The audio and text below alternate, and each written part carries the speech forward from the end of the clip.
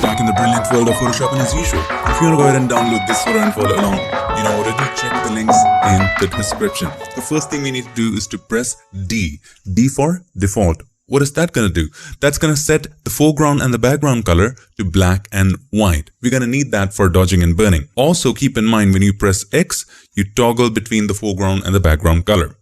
The next thing we're going to do is to create a brand new layer. Click on the new layer button right in there.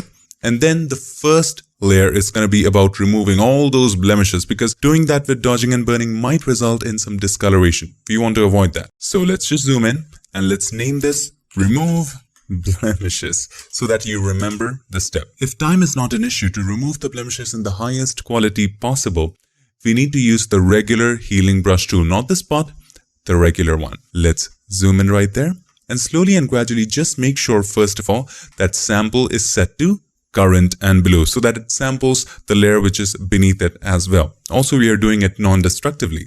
So let's make the brush a little larger. Hold the Alt key or the Option key, click to take a sample and just paint over the blemish. Very simple, right? So let's turn it off and on and let's see, simply covered. Now we don't want to remove all the blemishes so clean that it begins to look unrealistic. And that's why it's not very advisable that you zoom in all the way to probably 400% and start removing every single speck. We don't have to do that. We need to keep the skin look natural. So zoom out, keep it at about 100 or 200%, and then only remove the blemishes which are distracting you. Also, do not remove anything which is permanent. Again, it's personal preference. We don't want to go around and keep removing birthmarks or stuff like that, because those things make the person who they are. A good rule of thumb to follow here is to remove the blemishes which are temporary.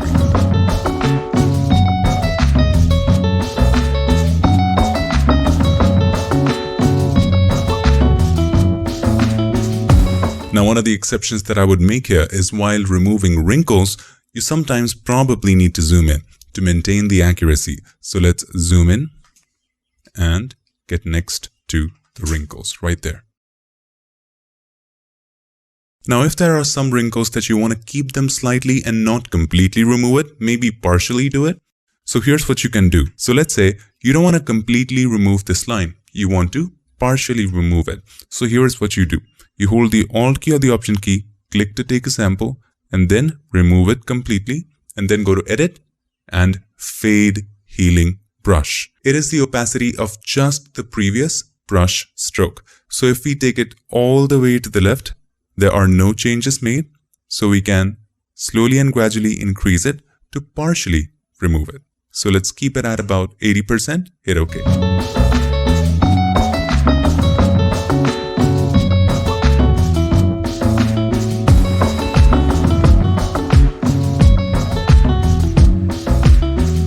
So there you go, it looks perfectly fine to me. Let's take a look at the before and after. So this is before removing blemishes and this is after removing blemishes. Makes a hell lot of difference. Might be minute, but it's very different when you put the picture together. Let's move on to the next step, which is dodging and burning. And this time, to fit it all in, both dodging and burning in just one layer, we're going to do it a little differently. We will use blend modes. So press Ctrl-Shift-N. The new layer dialog box is going to show up.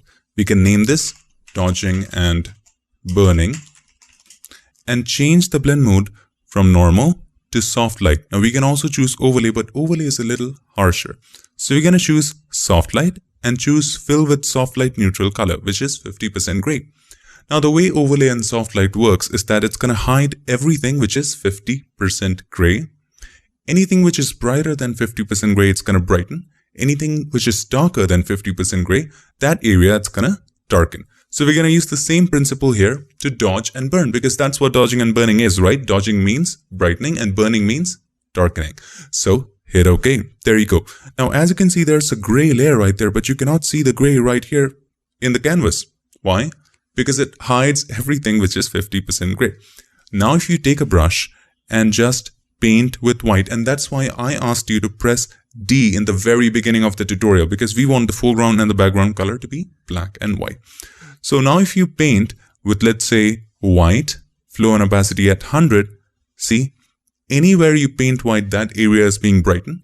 If you paint with black, if we press X, the foreground color is going to be black. It's going to toggle the foreground and the background color Now if we paint any area that we paint, those areas are going to be darkened. So let's go back and let's do this all over the skin, but a little more subtly and a little more carefully and a little more artistically. So decrease the flow to 1% or 2%. For my style, I usually go with the lowest number I can possibly achieve, that is 1 over here. This doesn't mean that if Adobe Photoshop starts introducing decimals, you're going to go 0.001. That would be stupid. Take the brush. But I might do that anyway. Now, before we start dodging and burning, we all have to understand that one of the most common mistakes we might end up doing is that, let's say, we are zoomed all the way in. We are dodging and burning and just flattening out the skin, making it smooth, making it awesome. But when you zoom out, it just doesn't look right. Maybe it looks unnatural. Maybe it looks more uneven. Maybe it looks too even that it doesn't even look like skin. We don't want to do that. We want to avoid that. So how do we do it? By having the right perception, by looking at the big picture. So go to Window, Arrange, and then New Window, whatever your document name is. Click on that. That way you will have 2 documents for the exact same image. Now keep in mind, these are not duplicates. These are the same document. You're just looking at it differently. So with the second document, we're going to zoom out. With the first document, we're going to zoom in 100%.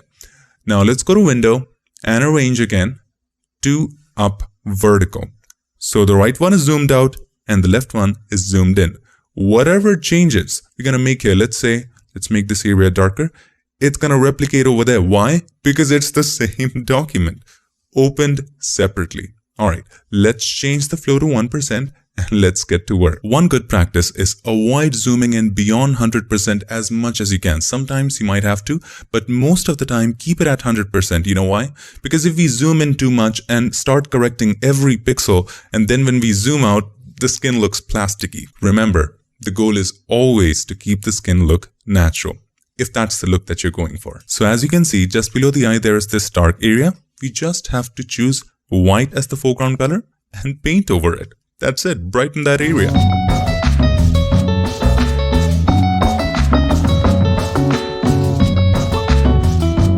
Have a look. So this is the before and this is the after. It looks natural. The results are amazing. Now, whenever you feel the difficulty of painting in a certain direction, you can always rotate the canvas temporarily. By holding the R key, it will take you to the rotate view tool, rotate it, and release the R key. It's going to take you back to the brush tool. If it doesn't, press B for the brush tool, R for the rotate view tool. You get the point. Let's get back to the brush tool and resume painting. Now keep in mind, anytime you feel like there are any other areas that you want to darken instead of brightening, you just change the color to black by pressing X. Now it is black. Now when you paint that area, it's going to be darkened. I'm going to paint here a little bit just to show you what it does. So here's the before, here's the after. You see I've darkened that area. This is just to show you the difference between brightening and darkening. Now let me share with you a problem that you might come across. So let's say you're retouching here and you are doing some intricate dodging and burning, and you feel that you have done something wrong and that area just doesn't look right. Instead of going to black and white and painting over it and fixing it, is there a way to erase it? Well, you might think, let's take the eraser tool and erase it. Well, that's not going to work because this is a gray layer, and erasing it, it's going to make it difficult for you to paint over it again. It's going to be a whole mess. In that case, you have to choose the gray color. You can also save it in your swatch for convenience. You can go to Window and then Swatches and click on the new swatch button. I don't want to save it to my library. And let's create a white color, and let's choose black as the foreground color now. Click on it again. Create a black color, and let's set the foreground color to 808080 hex code or RGB all at 128 or HSB 0050. Hit OK. Now with gray as the foreground color, click on the new button again, and we can name this gray 50%. All right, hit OK. Now anytime you want to erase something, you can choose gray and just simply paint over that area. Let's increase the flow, paint over that area that is erased. All right. If you want to get back to black, choose black. If you want to get back to white, choose white right here. So we are brightening, choose black, we are darkening. You get the point. Now, you can do it this way, have all the 3 colors at your disposal, or when you're confident, you can just keep black and white right here. Don't care about the swatches, because when you're confident, you're less likely to make mistakes. And then just keep painting, press X to invert the foreground and the background color, and just move forward from there. So I'm going to speed it up from right here, and let's see where it takes us.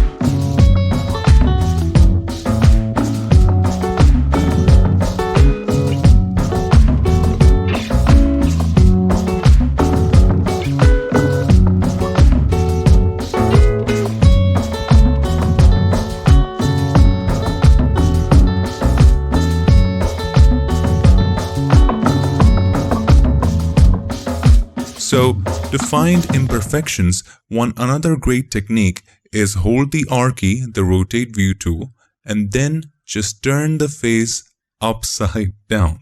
What happens is our brain gets so used to the face that we stop recognizing the places that we need to work on. Now let's look at the portrait and find out places where we need to brighten or darken to level the skin up.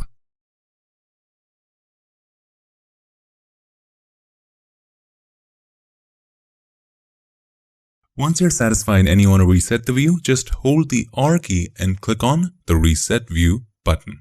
Release the R key and it will again take you back to the brush tool. Now if you want, you can close the second document. We don't need this anymore. So there you go, my friend. I think it's ready. Let's take a look at the before and after. First of all, let's zoom in 100%. Now here is the after and this is the before. So before, after. Let's take a look at the massive difference. Now, first of all, just 2 layers. First, removing blemishes, and the second one is simply dodging and burning. Now, you can take all the time in the world to do the rest of the body, and also from here, you can take it any way you want. Probably color correction, and from there, sharpening, maybe retouching the eyes, the lips, if she's smiling, the teeth, hair, and all of that. But this is how you can simply retouch skin, even out the skin with just 2 layers. Now, if you're someone who seeks natural results, you can always decrease what? The opacity. So if 100 doesn't suit well for you, you can decrease it to something that looks natural to you, probably 60%. It looks a little more natural. So here's the before, here's the before and after of dodging and burning, not with blemishes. Blemishes, we always want to keep it 100. All right.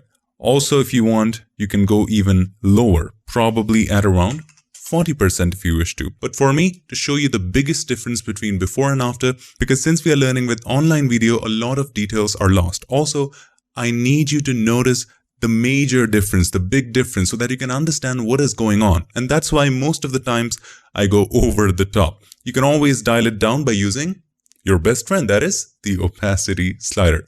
Let's take it all the way to 100 so that you can see the maximum difference. So here's the before and here is the after.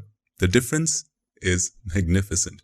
Just a quick little recap, and this is going to be pretty quick. First of all, let's create a brand new layer. Let's name this removing the blemishes, or whatever you want to name it, or don't name it, don't organize it and get lost later. But anyway, just create a brand new layer, and with the help of the regular healing brush tool, just make sure the sample is current and below.